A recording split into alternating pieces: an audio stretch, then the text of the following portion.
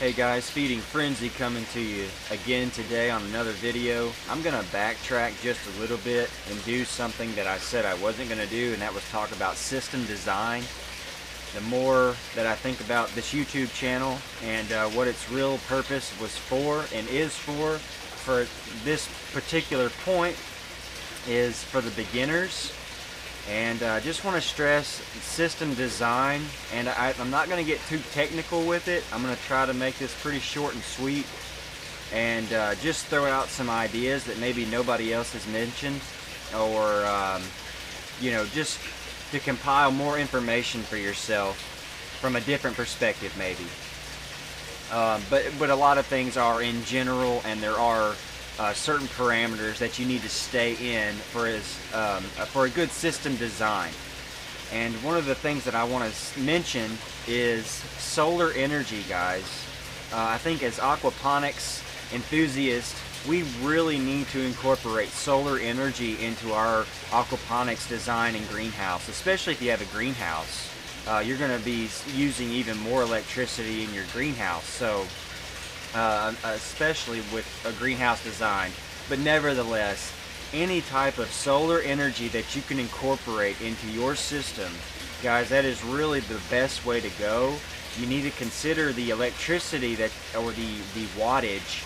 That's an easier term to understand, is the wattage that you're going to use for your aquaponics setup. The idea is to use less energy, guys, so you have to be really efficient with your design. And so, you know, you need a backup generator. I mean, if the power goes out, what are you going to do with your aquaponics system, guys? What are you going to do with it? Well, let's just say the power goes out for, you know, a couple of hours, if not maybe a day or two. What are you going to do with your aquaponics system? Because that's really something that we need to understand and just plan for in our system design, okay? But overall, after you go through your power source, like I said, you need to have at least 2 or 3 ideas of power, okay? You know, you got your electrical socket, a backup generator, but most of all, guys, solar energy. Yes, it is expensive, and I'll go into another video on solar energy itself, but guys, I think it really needs to be looked at, and I just can't stress that enough. Goldfish and solar energy on this channel is really what I try to promote. As far as just hands down, I will not budge off of it. I will not budge off of it. So you just can't go wrong with solar energy. And it is more expensive, guys, but you've got to have the long term in mind when you're doing aquaponics and solar energy with any application, solar energy. So it's expensive, it's for the long term, guys. So know that you're not spending money. Spending money is different than investing money. And I think that needs to be considered in your design. Do you feel like you're spending money? I'll tell you what I spend money on. Fish food. I mean, yeah, that is the investment, but it's this investing money is something that you just have, and it's there, and that's it. It's a tangible thing. So I invest into the materials that go into my system. This is all an investment, and you'll spend some money here and there, but the idea is to invest it and use your dollar wisely, okay? That's just the kind of outside the box thinking as far as the first step. So then we're going to talk about your pump, because it really starts with your pump, okay? You need to put your pump in a sump tank, and your sump tank needs to be in the ground, in my opinion. At least mine is. It works really, really well for me, and a lot of other people out there too. So you got your pump and your sump. I pump up 10 feet from inside the ground, which is about 2.5 feet down, and then we're about 8 feet up at 3,100 gallons per hour. Guys, this is where it might sound wrong or weird to you, because I don't know if anybody's used these terms, and I guess they're my own. I don't know. But I like to overbuild my system, guys. And my pump is way oversized for my system, but I've got a lot of valves in my system, and it gives me a lot of control. And I think having more is better than needing more and not having more. It's better to have more and not need it, and in the sense of your pump, and in most other applications as well. I mean, it's just better to have more, in my opinion. I'm a real advocate on overbuilding your aquaponics system. Don't think small here, people. Go big. If you can literally afford it with your money and your time, that's really what it all comes down to for the success of, or the scale, the big scale that we're really after, guys, with a decent sized aquaponics setup. And I just want to go ahead and mention now that you're only looking at about a third of my design. On this side of the greenhouse, I'm going to do a raft system, and then we'll do some type of vertical hanging system with misting heads in it. But and guys, I've actually got a 1/2 inch relief point right at the head of the pump, and I'll show it to you because I've overbuilt, and it's just my design. Okay, I'm not. It works really well for me. But I'll go into all of that, because when you overbuild, you've got to be prepared to solve some problems, and it's sometimes, to make it more efficient, you're going to reduce with your piping. You're going to want straight lines. Every 90-degree bend that you have reduces water flow. Okay, it doesn't make it as efficient.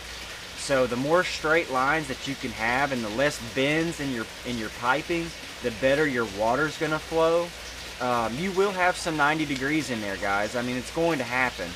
But the idea is to build as many straight lines as you can, and if you have to bend something, then do it with maybe 2 or 3 45s and do a slow bend. You can, with 2 45s, you can really make a real slow bend versus that 90-degree angle that really just, it's like hitting a brick wall for the water, and then it has to figure out where to go versus just going. So think about that, and just think about being efficient with your system. And vertical space, guys, especially if you have a greenhouse, really incorporate vertical space into your idea. So you're going to need a bigger pump than most people, in my opinion. And you'll see why I like having extra pressure.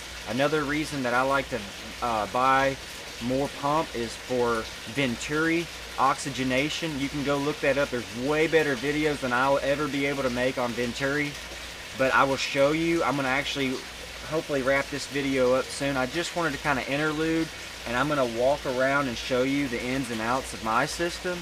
I said I wasn't going to do it, but maybe it'll help you. And I just want to stay true to the beginners out there who really don't have a clue what is going on, because there's so many things that come together to equal your aquaponics system. And let's be honest, guys, your fish and your bacteria really do all of the work, but it's how you set them up. And there needs to be a chronological order to your system of your sump tank with the clean water pumping into your fish tanks, which go into your grow beds, then to your raft system, and then to your misting system, because you don't want little particles of debris and solids clogging up your raft system and getting on your roots, and then you definitely don't want that stuff in your misting heads. So you're going to have to keep the filtration level in mind, and I really stress hydroton media beds, and putting them first for your fruiting plants and things that are real just heavy feeders and need good root structure. And it just seems to work very well. And that's pretty much the gist of it, guys. So I just want to recap real quick. We're talking about electricity source, gravity, and your pump, and how high you need to pump, head height. And then we're talking about plumbing and things that go into your plumbing. You know, how many bends are you going to have? Do straight lines, let gravity take over. It's all interrelated, guys. It really is. And so I'm trying, I mean, I hope I haven't skipped over anything, but that's really the main thing, guys, is to try to make your system very efficient. And just think outside the box, guys. This is your This is your flavor. You get to be a plumber. You get to be an electrician. You get to be a biologist. You get to do all of these things, which technically none of us really are, from a legitimate sense, but just in a backyard sense, guys, that's what you're going to be. You're going to turn into a plumber. You're going to turn into an electrician. You're going to turn into a biologist, an aquarist. You know, you're going to learn all this stuff, and it's just wild what you're going to learn, guys. So if you think that you just set up a system real quick and throw some fish and then feed them, guys, it becomes a lot more than that. Okay, it really does. But again, I want to stress solar energy, guys. If you can afford it, please afford or try to incorporate solar energy into your design. Okay, I'm going to end this video. I hope this was helpful. Please keep subscribing, guys. I really do enjoy the feedback. And thumbs up this video and this channel, guys. If you are liking what you're hearing and seeing, please let me know. I want to know about it. I've made time to make these videos and spend some time on the comment section. So on the next video, I am going to walk you through the ins and outs of my system, okay? I'll see you guys on the next one. Let's keep building and feeding our fish.